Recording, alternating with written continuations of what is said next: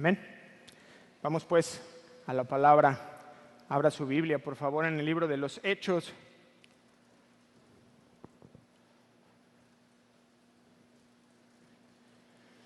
Vamos a dar inicio al capítulo 26, por favor.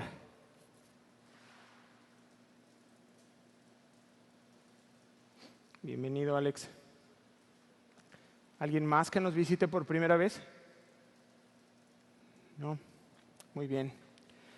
Estamos ya ahí en el libro de los Hechos, versículo 26, y yo pretendía abordarlo todo, pero no me fue posible. Y finalmente vamos a concluirlo la siguiente semana. Vamos a tener, si Dios nos permite, un tiempo de coinonía, la cena con el Señor. La siguiente semana, si Dios nos lo permite, vamos a celebrar la cena del Señor aquí y a concluir con este capítulo. Pero hoy vamos a abordar del verso 1 al verso 18. Ponga sus ojos ahí conmigo. Entonces Agripa dijo a Pablo: «¿Se te permite hablar por ti mismo?». Pablo entonces, extendiendo la mano, comenzó así su defensa. Versículo 2. «Me tengo por dichoso, oh rey Agripa, de que haya de defenderme hoy delante de ti. De todas estas cosas de que soy acusado por los judíos, mayormente porque tú conoces todas las costumbres y cuestiones que hay entre los judíos. Por lo cual te ruego que me oigas con paciencia. Mi vida, pues desde mi juventud, la cual desde el principio pasé en mi nación en Jerusalén, la conocen todos los judíos, los cuales también saben que yo desde el principio, si quieren testificarlo, conforme a la más rigurosa secta de nuestra religión, viví fariseo. Y ahora, por la esperanza de la promesa que hizo Dios a nuestros padres, soy llamado a juicio. Promesa cuyo cumplimiento esperan que han de alcanzar nuestras 12 tribus, sirviendo constantemente a Dios de día y de noche. Por esta esperanza, oh rey Agripa, soy acusado por los judíos. ¿Qué? ¿Se juzga entre vosotros cosa increíble que Dios resucite a los muertos? Yo ciertamente había creído mi deber hacer muchas cosas contra el nombre de Jesús de Nazaret, lo cual también hice en Jerusalén. Yo encerré en cárceles a muchos de los santos, habiendo recibido poderes de los principales sacerdotes, y cuando los mataron, yo di mi voto. Y muchas veces, castigándolos en todas las sinagogas, los forcé a blasfemar. Y enfurecido sobremanera contra ellos, los perseguí hasta en las ciudades extranjeras. Ocupado en esto, iba yo a Damasco con poderes y en comisión de los principales sacerdotes, cuando a mediodía, oh rey, yendo por el camino, vi una luz del cielo que sobrepasaba el resplandor del sol, la cual me rodeó a mí y a los que iban conmigo. Habiendo caído todos nosotros en tierra, oí una voz que me hablaba y decía en lengua hebrea: Saulo, Saulo, ¿por qué me persigues? Dura cosa te es dar coces contra el aguijón. Yo entonces dije: ¿Quién eres, Señor? Y el Señor dijo: Yo soy Jesús, a quien tú persigues. Pero levántate y ponte sobre tus pies, porque para esto he aparecido a ti, para ponerte por ministro y testigo de las cosas que has visto y de aquellas en que me apareceré a ti, librándote de tu pueblo y de los gentiles, a quienes ahora te envío, para que abra sus ojos, para que se conviertan de las tinieblas a la luz y de la potestad de Satanás a Dios, para que reciban por la fe que es en mí perdón de pecados y herencia entre los santificados. Acompáñeme a orar, por favor. Amado Dios, te agradecemos mucho este tiempo. Padre, disponemos nuestro corazón delante de ti, Dios. Pedimos tu ayuda, Señor, para no distraernos. Dejamos por una hora las cosas de afuera, los afanes, las angustias, las aflicciones. Y te pedimos, Señor, que nos ayudes a mantenernos concentrados en tu palabra. Pedimos la ayuda de tu Espíritu Santo para poder entender las cosas espirituales, porque así han de discernirse, Señor. Te rogamos en el nombre de Jesús que tu palabra no vuelva vacía a nuestros corazones. Y te pido, Dios, que cada uno de los oyentes pueda recibir una porción específica, que venga del cielo, que venga de tu boca, Señor, para cada uno de ellos. Te lo ruego en el nombre hermoso de Jesús. Amén. Esta enseñanza le puse por título Predicando el Evangelio. Predicando el Evangelio. Se ve un poco oscuro porque se nos dañó una lamparita, pero ya la próxima semana esperamos estar completos. ¿Pero sí me ven? ¿Bien? Bueno, y si no, no importa, con que me escuchen, porque la fe viene ¿por qué? ¿Por el oír cualquier cosa? No, por el oír la palabra de Dios. Entonces, si no me ve, pues ya nada más verá un brillito así, al menos escúcheme. Estamos terminando ya el libro de los Hechos, prácticamente, y damos inicio ya al capítulo 26, perdón. Pero es una secuencia, estamos estudiando el juicio de Pablo. Pablo está sometido a un juicio. Realmente esta es la última etapa de ese juicio. Este juicio inició con Félix. Bueno, realmente antes con el comandante Lisias, pero formalmente con Félix. Y Félix después le pasa el caso a Festo, ambos gobernadores, y a Festo lo estudiamos la semana pasada. Ahora le toca comparecer ante Agripa, el rey Agripa. Y la semana pasada iniciamos nuestra predicación con esa transición, cómo se dio esa transición de poder cuando Félix sale, es destituido de su cargo como gobernador y asume el cargo, llega a ocupar esa posición Porcio Festo. Y vimos la semana pasada cómo él inmediatamente se pone a trabajar. En cuanto recibe su cargo como gobernador, inmediatamente se pone a trabajar, desciende a Jerusalén para empezar a conocer los casos que tenían pendientes y ponerse al servicio de su provincia, ¿no?, que le habían puesto para gobernar. Y yo no sé si se dieron cuenta, pero fue una defensa muy rápida. No nos dio Lucas muchos detalles. Es solo como un bosquejo así muy rápido. Si se dieron cuenta, son como unas pequeñas y rápidas pinceladas. Solo dice que llegan a Cesarea un grupo de judíos con Ananías y de parte de los acusadores solo rodean a Pablo, como que lo quieren ahí amedrentar, y dice, presentando contra él muchas y graves acusaciones. Nada más. No vimos muchos detalles. Y del lado de Pablo también fue algo muy rápido. Dice, presentando contra él muchas y graves acusaciones, y Pablo en el verso 8 decía que estaba alegando en su defensa: ni contra la ley de los judíos, ni contra el templo, ni contra César he pecado en nada. Y es todo. O sea, es como muy rápido, una acusación, una defensa así muy breve. No se mete Lucas a darnos mucho detalle. Y más bien Lucas se dedica a darnos muchos más detalles, o es un poco más extenso cuando se comienza a describir la llegada de Agripa y Berenice. Ahí sí le dedica un poco más a la pompa. ¿Se acuerda la pompa? En la que se convierte la audiencia, algo que era serio, que era formal. Este hombre hace una fiesta y en realidad el trasfondo de esto es que Festo necesitaba verdaderos argumentos para poder sustentar el por qué estaba mandando a Pablo con César. Y Festo no se siente seguro, dice, no, me puedo meter en un problema muy serio. Y entonces Agripa, al ser judío, le dice, pues ayúdame, Agripa, que comparezca ante ti y entonces tú me ayudes a tener un poco más de fundamentos para esta decisión.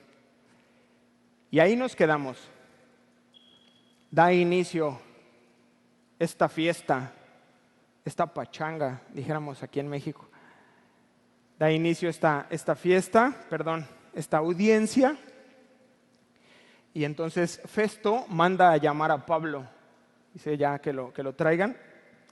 Hace una breve introducción, ya con Pablo presente, le hace un comentario a Agripa para que se ponga en contexto de qué es lo que pasa con el acusado, y ahí nos quedamos. ¿Ok? Ya estamos en el contexto, ya sabemos qué ocurrió, por si no estuviste la semana pasada con nosotros. Ahora sí, pon tus ojos en Hechos 26. Hechos 26:1, defensa de Pablo ante Agripa. Entonces Agripa dijo a Pablo: se te permite hablar por ti mismo. Pablo entonces, extendiendo la mano, comenzó así su defensa. Hay algunas contradicciones en cuanto a esto de que Pablo extendió su mano. Algunos comentaristas dicen que es como, guarden silencio, voy a hablar. Otros comentaristas dicen que es más bien como una pleitesía, un acto, pero no es importante. Inicia su defensa, versículo 2, y Pablo comienza a hablar: me tengo por dichoso, oh rey Agripa, de que haya de defenderme hoy delante de ti de todas las cosas que soy acusado por los judíos. Verso 3, mayormente porque tú conoces todas las costumbres y cuestiones. Mire qué importante es esto. Tú conoces todas las costumbres y cuestiones que hay entre los judíos, por lo cual te ruego que me oigas con paciencia. Honestamente creo que fue algo muy dramático. Lo vimos la semana pasada, una sala, mucha fiesta, de pronto llega Pablo, un silencio en la sala, dramático. Y entra Pablo a presentar su defensa ante esta familia herodiana. Una familia tan llena de ambiciones, tan corrupta, tan depravada, generación tras generación, ya lo vimos, los Herodes, el abuelo, el padre, el bisabuelo, o sea, generación tras generación, y ahora Pablo está delante de ellos. Pero Pablo llega tranquilo. Pablo está tranquilo gracias a esa integridad con la que vivía, tiene seguridad, está confiado y está animado por parte del Espíritu Santo. No encontramos aquí un Pablo como inflado, ¿no?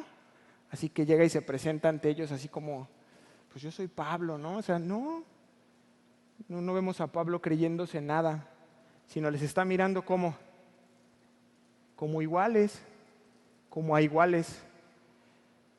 Y yo creo que Pablo tenía claro algo, y eran las circunstancias que se estaban desarrollando alrededor de él. Que él tenía claro que estaba comenzando a hacer una predicación ascendente, o sea, había comenzado con un comandante que era Claudio Lisias. Después de él ya fue con un gobernador que era Félix. Luego otro gobernador, y ahora está delante del rey Agripa y le espera el César. Él ya apeló al César. Entonces Pablo está entendido en esto y por eso tiene que controlarse, tiene que estar tranquilo. Pero lo más importante es esta posición de Pablo, que los vea a los ojos como de persona a persona. No hay ninguna cuestión en su corazón.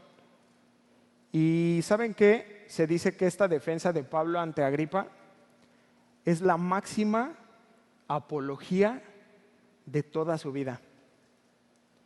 Apología.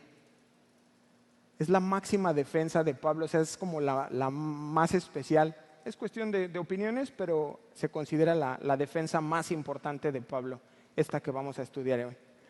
Y yo espero verdaderamente que sea útil para usted, para su vida, como lo fue para mí. Y Pablo, si se dieron cuenta, inicia haciendo una referencia a Agripa, y es las costumbres y las cuestiones de los judíos. ¿Por qué hace esto Pablo? Porque ve en Agripa un candidato a ser cristiano. Y esto es bien importante porque toda la enseñanza lo tenemos que tener presente. Lo que va a hacer es predicarle, va a tratar de evangelizarlo. No perdamos esto de vista durante toda la enseñanza. Y les dice, Agripa le dice, que le preste atención y que le tenga ¿qué? ¿Qué? Paciencia. Y yo le pido esta mañana que me ponga atención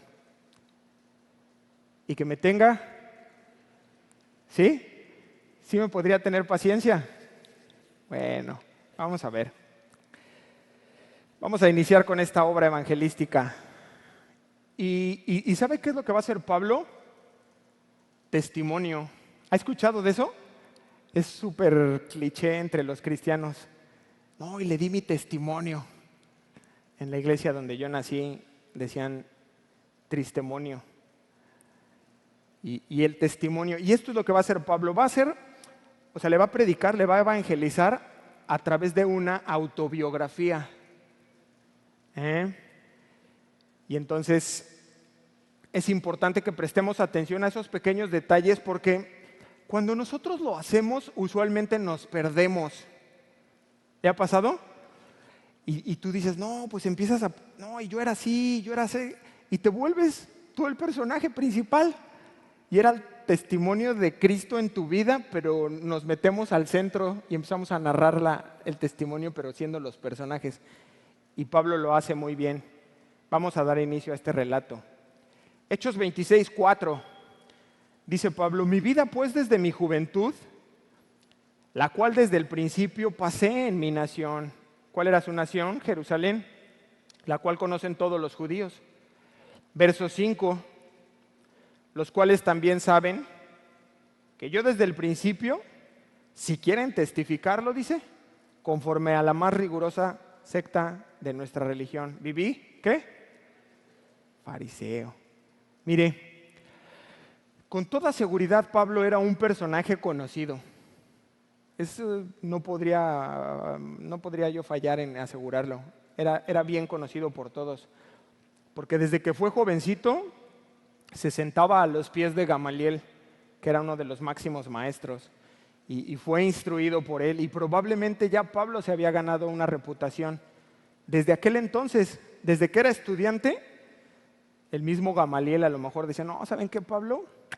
Es de mis más excelentes estudiantes. Y se empezó a hacer conocido y seguramente tomó fama por ese celo religioso que tenía.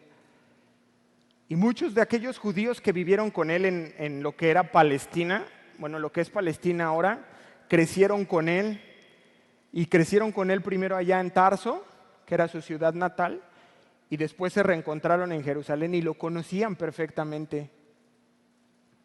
Entonces, ellos podían dar testimonio de quién era Saulo, de cómo creció, de cómo estudió, de cómo era un riguroso judío, religioso, recalcitrante. ¿De qué escuela? De los fariseos. Y es lo que dice Pablo, dice, miren, ustedes pueden preguntarles, o sea, pueden validar esto que yo te estoy diciendo, Agripa. Verso 6, y ahora, fíjese por qué se le está juzgando, y ahora por la esperanza de la promesa que hizo Dios a nuestros padres, soy llamado a juicio. O sea, Pablo está diciendo, Agripa, me parece una anomalía.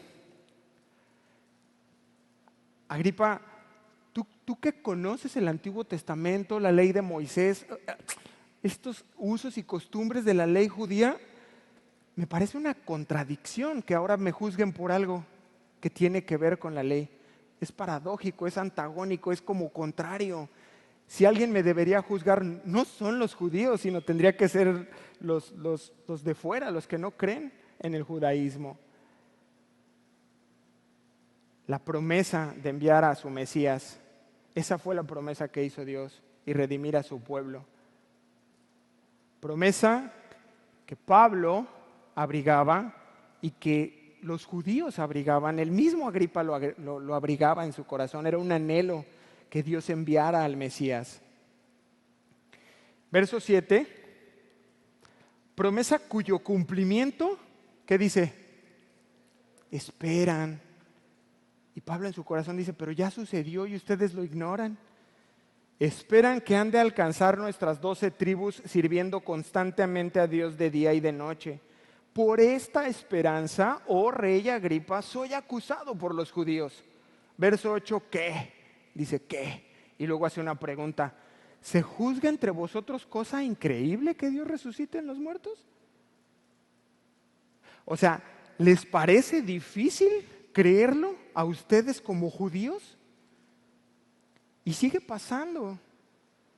Y sigue pasando cuando tú hablas a alguien y le hablas de la resurrección y de Cristo resucitado. O sea, sí reconocen a Jesús, todo el mundo ha oído hablar de Él, les hablas de la cruz y está bien, pero ya en la resurrección ya es como, no estoy convencido. O sea, yo nunca he visto a alguien resucitar. Dices, ok. Y, o sea, te es difícil esa parte, pero no te es difícil pensar en la reencarnación, ¿no? Que dice, no, es que yo en mi otra vida fui y tengo esperanza que en mi otra vida, o sea, eso sí te parece fácil de creer, pero esto no. Y es un poco contradictorio. Y Pablo le está diciendo, mira, las 12 tribus aún están esperando con ansias el cumplimiento de esta promesa. Y Pablo creía que ya se había cumplido, estaba seguro de ello. Ahorita vamos a ver por qué, y es que conoció personalmente a Jesús. Él ya no dudaba, tenía certeza. Y esta es la máxima prueba, que Dios aprobó el sacrificio de Jesús en la cruz, ese sacrificio sustitutivo, y la resurrección son las arras de nuestra resurrección también con Él. ¿Cuántos pueden decir amén? ¿Por qué les parecía increíble? ¿Por qué les parece increíble? Dice Pablo. Y él testifica personalmente, que es lo que va a hacer ahorita, lo que le ocurrió a él en Damasco. Pero si no me creen a mí, dice Pablo, le pueden preguntar a los otros 11. Ellos desayunaron con él también y lo escucharon hablar. Y si no nos crees ni a mí ni a aquellos 11, pregúntale a los 500 que está ahí. No vamos a ir ahorita, está en Corintios. Pero ¿cuál es la aplicación que podemos obtener de esta porción bíblica? Y es que la fe cristiana no es de revelación personal. O sea, no es de que Sergio se fue y se metió a la selva y allá en la selva ocurrió algo. Oye, Sergio, ¿pero quién más estaba? No, nadie, solo yo. No es así. O sea, Pablo iba acompañado. Y después otros 11 vieron a Jesús resucitado y después otros 500 vieron a resucitado. No vemos aquí una revelación de una sola persona como ocurre en otras religiones, como Mahoma. Pues él estaba ahí solito y algo ocurrió, algo muy celestial. José Smith, igual, un hombre que se fue solitario al bosque y allá ocurrió algo. Oye, ¿quién estaba contigo? ¿Alguien más lo vio? No, la fe cristiana no es así. La historia lo avala como ciencia. La geografía lo respalda también. La geología, la ciencia en general, si ustedes lo estudian, para quien es de mente científica, lo puedes revisar. Hay muchos libros que documentan en todas las áreas, en todas las ramas. Lo puedes comprobar. Y entonces lo más importante aquí es, si eso es verdad, entonces es importante. Lo que Jesús enseñó, lo que Jesús hizo, lo que Jesús dijo, cobra mucha importancia. Porque entonces todo lo que está escrito aquí es verdad. Y si esto es verdad, entonces Él volverá. Amén. Y esto lo vuelve un asunto muy serio. ¿Ok? Vamos a seguir. Pablo, el perseguidor, versículo 9. Yo ciertamente había creído mi deber hacer, subraye esa parte, mi deber hacer muchas cosas contra el nombre de ¿quién? No se duerma, dígame, ¿en el nombre de quién? De Jesús de Nazaret. Qué delicado. Qué delicado es hacer cosas en el nombre de Dios. Y tú creer que lo estás haciendo para Dios, que lo estás haciendo por Dios, y resulta que estás yendo totalmente en contra de la voluntad de Dios. ¿Le parece delicado o no? Déjame le platico algo. Hace unos meses, una persona me visitó en el banco y me estaba platicando que se había apartado de su iglesia. Una persona, por la conversación que tuvimos y lo que yo pude ver, yo creo que era una mujer cristiana. ¿Y sabe qué? Se apartó de la iglesia, porque resulta que empezaban a ir las hermanas a visitarle a su casa. Y entonces una o dos de ellas le dijeron: oye, hermanita, hay algo aquí en tu casa. Y ella decía: ¿pero qué? No sé si es ese cuadro pero hay algo aquí, hay actividad demoníaca. Y entonces ella dice: a mí me sacó mucho de onda, ¿no? Y me incomodaba mucho que me dijeran esas cosas. Y seguían yendo a mi casa y cada que iban, y ¿me permites orar? Vamos a orar por tu casa. Y entonces se reprendían demonios, ataban, desataban. Hasta que, ¿qué cree? Ella les dijo: listo, ya no vuelvan a mi casa. Y se apartó de la iglesia. ¿Cuál es el punto? Estas mujeres podemos pensar que estaban haciendo esto en el nombre de Dios, con una intención correcta,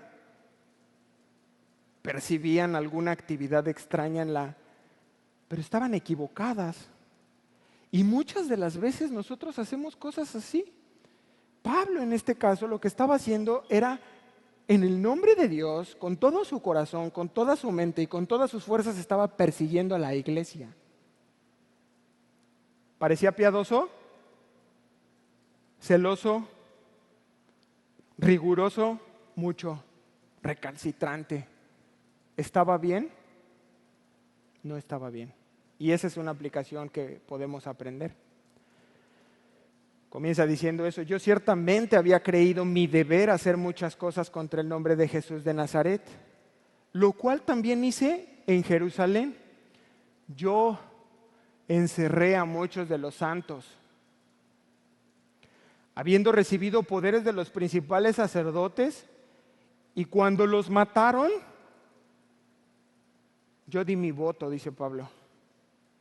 Mire, cuando había una situación como las que estos hombres vivían, la primera iglesia, se hacía un pequeño concilio y entre ellos decían, y habían que decidir dos cosas: o castigo o muerte. Pablo dice: mi voto siempre fue mátenlo, mátenlos.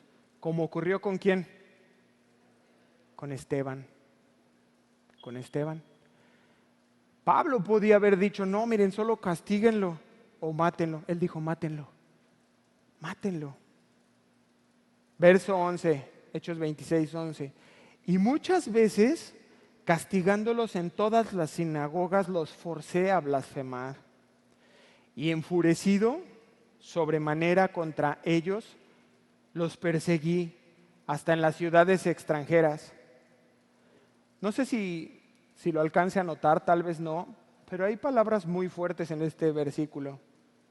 Castigándolos, forcé, blasfemar, enfurecido y perseguí. Pablo recordaba estas cosas y lo lamentaba. Era algo que le entristecía mucho y con razón escribió esto. Vamos a Primera de Corintios, por favor. Primera carta a los Corintios, capítulo 15, verso 8, por favor, acompáñeme.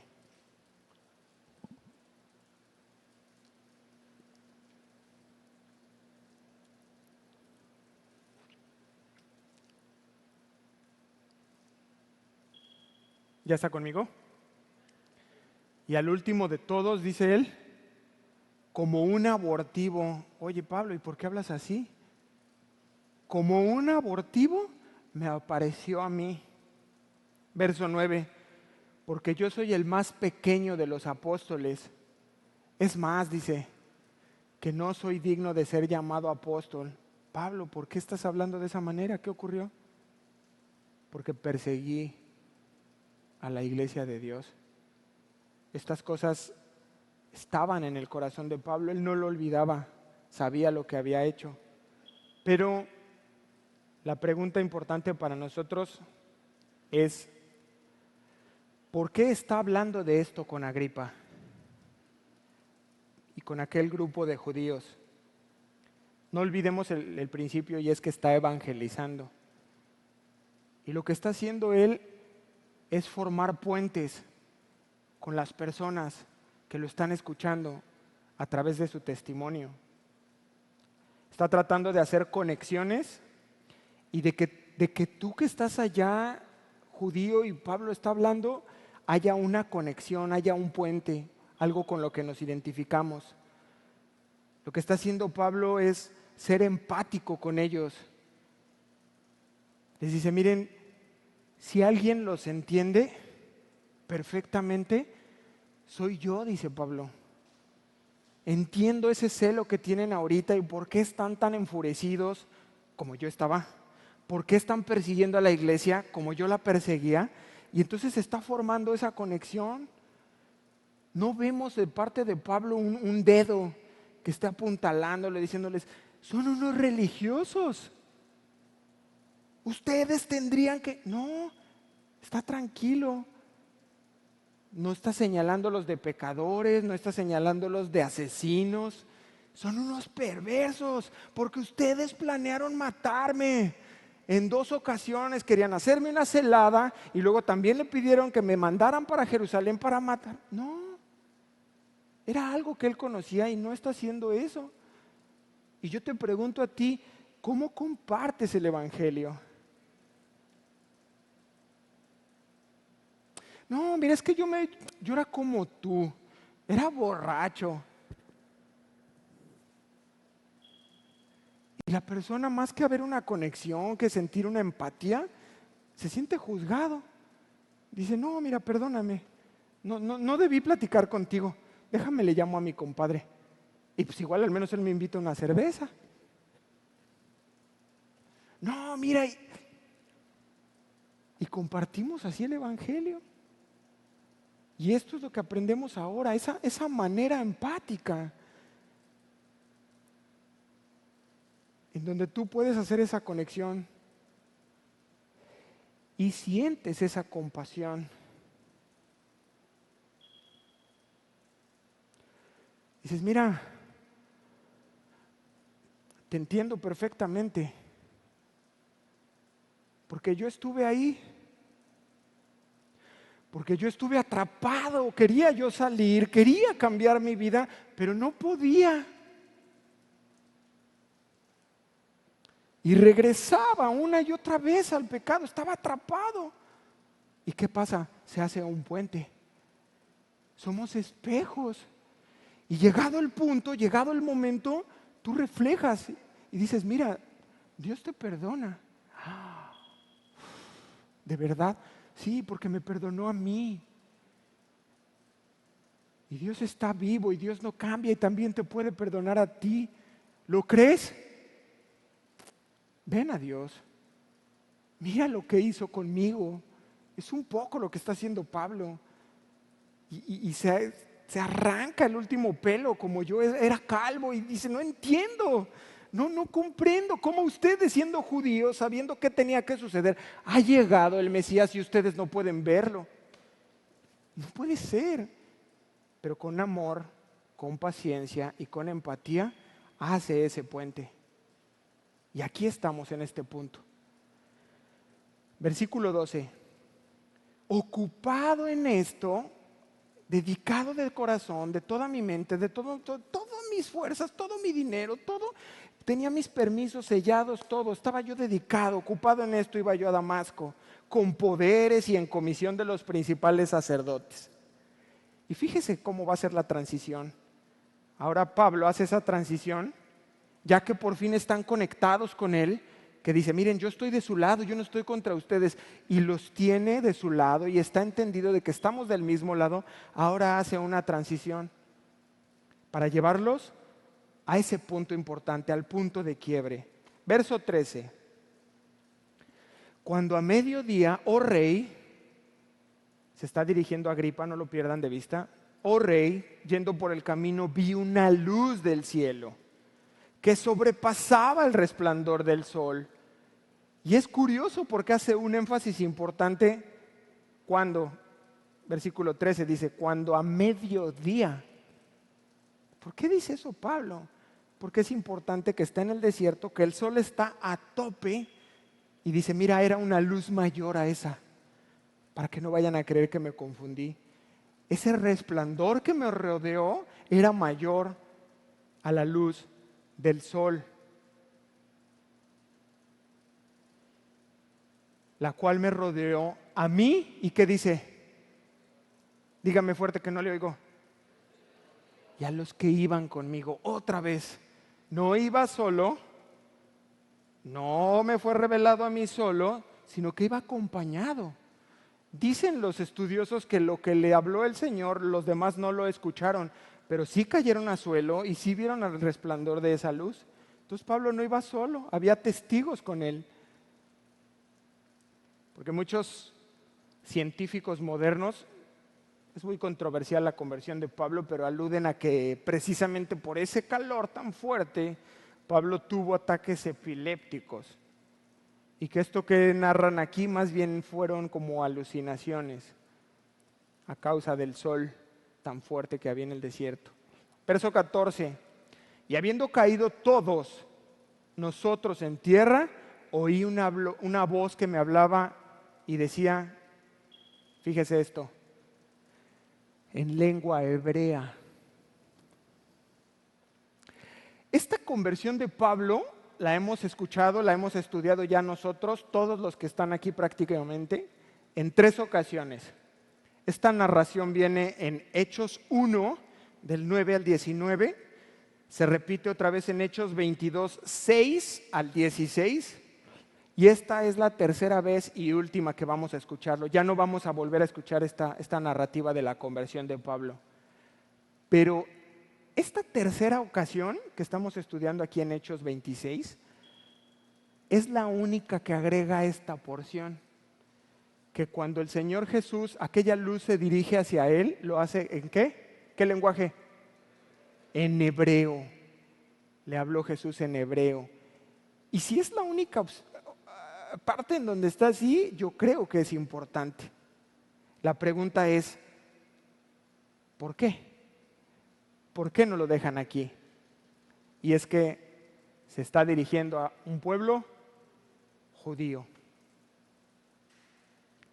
Les quiere dejar muy clara esa parte. Jesús era judío. Habló en arameo. Era de nosotros. No es algo extraño. Por favor, abran sus ojos, judíos. Entiendan lo que les quiero transmitir. No es alguien raro. Me habló en arameo. Qué interesante, ¿no cree? ¿Y qué le dice el Señor? Ponga sus ojos en Hechos. Saulo, Saulo, ¿por qué me persigues? Le dice. En signos de interrogación. ¿Por qué me persigues? Dura cosa te es dar coces contra el aguijón. ¿Sabe qué significa esto? ¿Sí? A ver, dígame si sí. ¿Quiénes sí saben? No, algunos así como que iban aquí, no, mejor no. Esto de las coces contra el aguijón es una frase que se usaba en aquel tiempo. Y lo que sucedía es que utilizaban una quijada de buey que en realidad era como un palo, y en la punta le ponían un clavo, un filo, y entonces cuando ya tenían las carretas, lo picaban para que empezara a caminar, o si se empezaba a desviar, le daban un pinchazo al buey. ¿Y qué cree que hacía el buey? Se enojaba. Y entonces le empezaba a tirar patadas a la carreta. En vez de ser obediente, se enojaba más. En conclusión, esta era una expresión que se usaba para hablar de terquedad. Terquedad. Y entonces aquí es como si le dijera a Dios a Pablo, Pablo, no me puedes ganar. Trata, pero no vas a poder. Ya se te ha hablado, Esteban te predicó, tú escuchaste y no quisiste. Los cristianos te han predicado, Saulo, y no quieres. Has estado luchando contra mí, le dice Dios. ¿Y sabes qué? Vas a aceptar.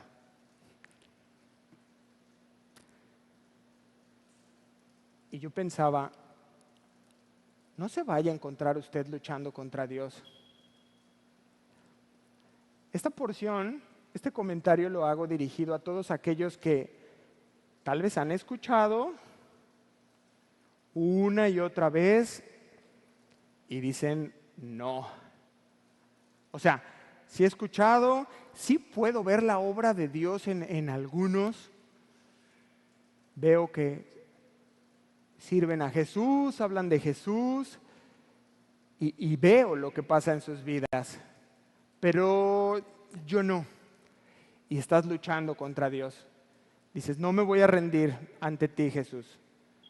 Mientras se dedican a estar atacando al vecino cristiano, criticando a su amigo cristiano, cuestionando tal vez a tu hermano de sangre y te estás ahí burlando, le estás criticando. Hay un cristiano ahí en tu trabajo y entonces tú estás persiguiéndole y haciéndole burla, confabulándote tal vez con algunas otras personas para dañar al cristiano de tu trabajo. Y saben que hay un llamado para ellos en la fe. Es claro, es evidente, pero dicen no. Y ven la paz en la vida de los cristianos. Los ven que en medio de situaciones complicadas tienen gozo, que dicen, ¿cómo le hacen? O sea, se sostienen en situaciones bien difíciles, pero están fortalecidos. Falleció un ser querido, pasó una situación y ellos están ahí firmes. ¿Cómo le hacen? Y lo ven claramente, ven los milagros, pero no aceptan. Por diferentes razones.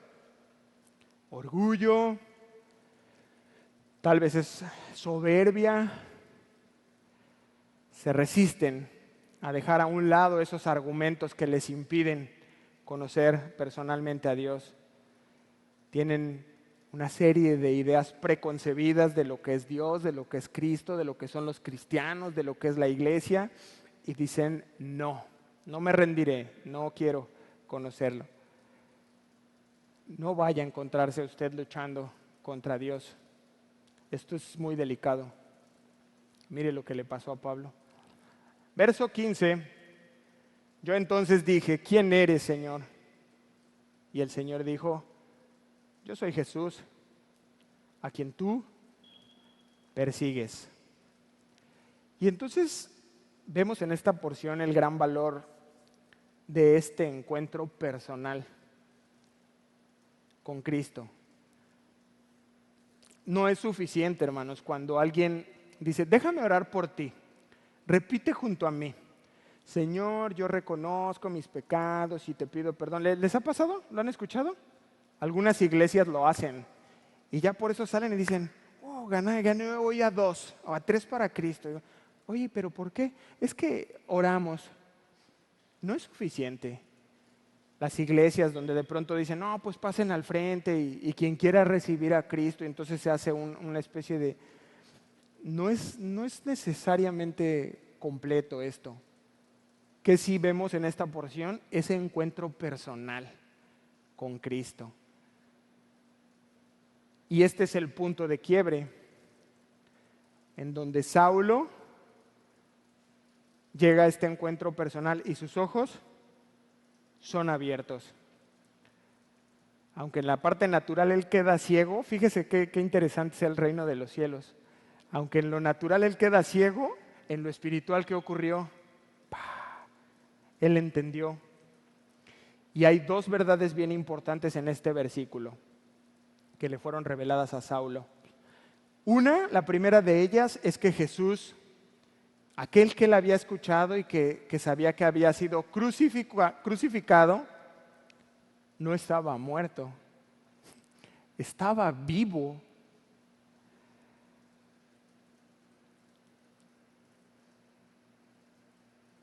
Y creo que es importante que lo contemplemos porque debió ser algo que le trastornó.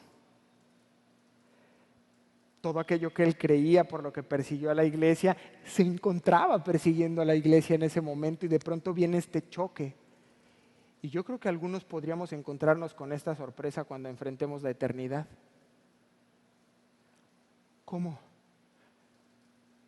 Entonces todo aquello que decían es verdad.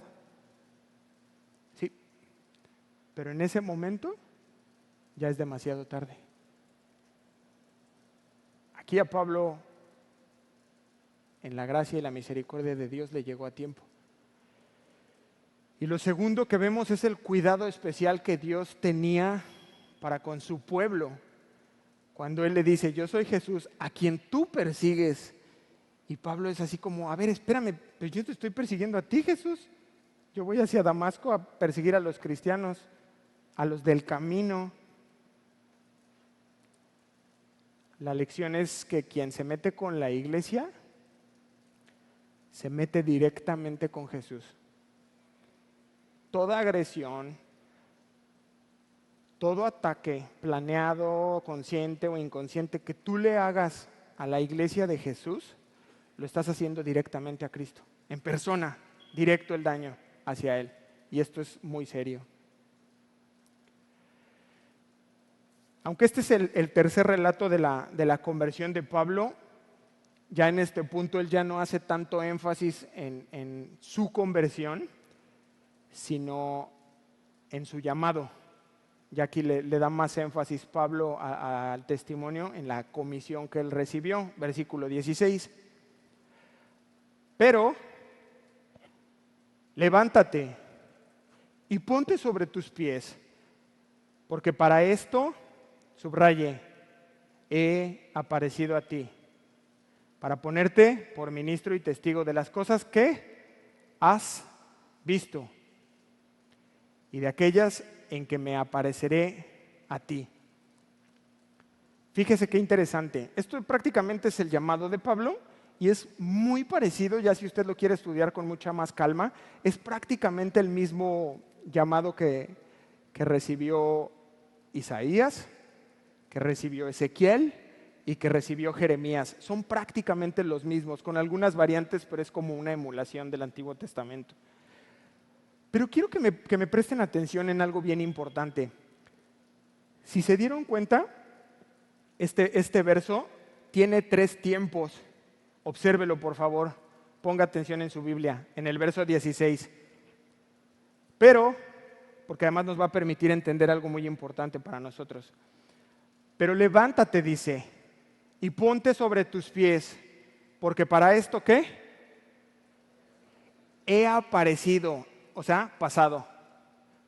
He aparecido a ti para ponerte por ministro y testigo de las cosas que has presente, ahorita, has visto, y de aquellas en que me apareceré a ti.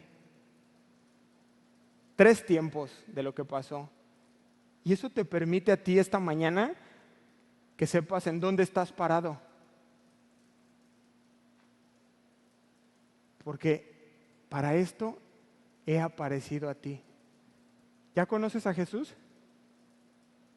No, ok. Ya ahora sabes dónde estás parado. Yo estoy allá, ese es mi punto de arranque, ok. Unos dicen, yo ya lo conocí. Después dice, para esto he aparecido a ti, para ponerte por ministro y testigo de las cosas que has visto.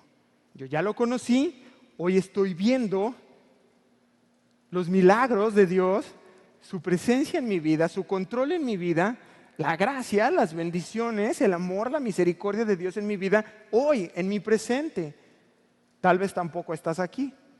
Ya pasó, has vivido esta parte y entonces dice, y de aquellas cosas en que me apareceré a ti. A lo mejor estás acá y te dice, sigue confiando.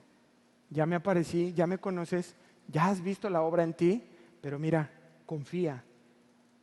Hoy, en esta circunstancia que estás atravesando, en este tiempo de desánimo, de confusión, confía en mí. ¿Dónde estás, hermano? Yo te pregunto esta mañana.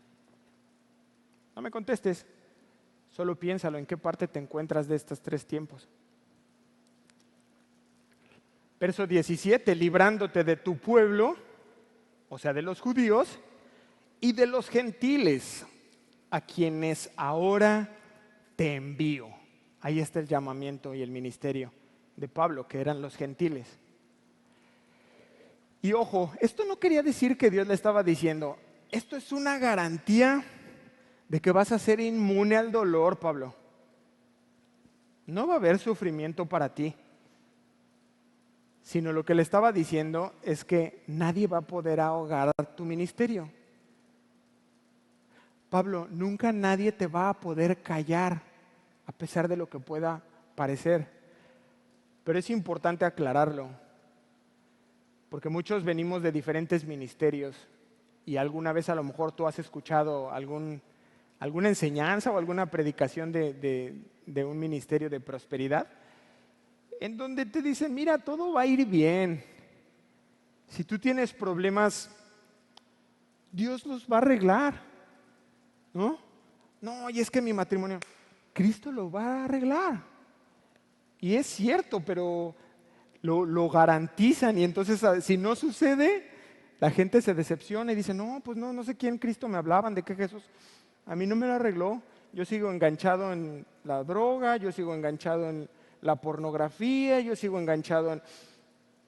No, ese Cristo del que me decían, mi matrimonio no se salvó, me divorcié y entonces se alejan. Y esto no es lo que le estaba diciendo Dios a Pablo, sino que aunque estuvieran las situaciones complicadas entre los judíos, no era suficiente para que ahogaran su ministerio. Que aunque él atravesara situaciones complicadas con judíos y gentiles, no iba a ser suficiente para que él se callara, sino que pudiera seguir predicando. Y por último, vamos ya hacia el final, quiero que veamos un resumen de qué es el Evangelio. Por eso se llama así la enseñanza, predicando el Evangelio. Y nos lo va a dar en 2 partes muy esenciales y muy importantes, en el verso 18 y en el verso 23, que vamos a terminar de ver la siguiente semana. Pero si tú tienes dudas, si alguna vez te has cuestionado y alguien llega y te dice, oye, a ver, ¿qué es el Evangelio? Y tú no estás muy claro, dices, es que no sé, o sea, como que sí tengo la idea, pero no tengo total claridad. Espero que con esto te vayas muy claro y que el día de mañana, si algún compañero en la escuela, si algún compañero en el trabajo te dicen, a ver, pero dime bien, ¿qué es el Evangelio? Tú puedas decírselos. ¿Amén? Vamos a ver el verso 18. Para que abras sus ojos. Eso es el Evangelio. Para que se conviertan de las tinieblas a la luz. Y, fíjese que este y es importante, y de la potestad de Satanás a Dios, para que reciban por la fe que es en mí, o sea, en Jesús, 2 cosas, perdón de pecados y herencia entre los santificados. ¡Wow! ¡Qué tremendo! ¿Qué aprendemos de esta porción? Número 1, las personas alejadas de Dios están ¿qué? Ciegas. ¿A qué, Sergio? ¿Ciegas a qué? A la verdad de Dios, que es en Cristo Jesús. Por eso tú les hablas de eso y ellos lo consideran una locura, porque están veladas, están ciegas a esta verdad. Cuando llega esta revelación, dice aquí, para que abran sus ojos. Y este abrir sus ojos no solo se refiere a la iluminación intelectual, sino a la conversión. Hay una conversión, dice ahí, de las tinieblas.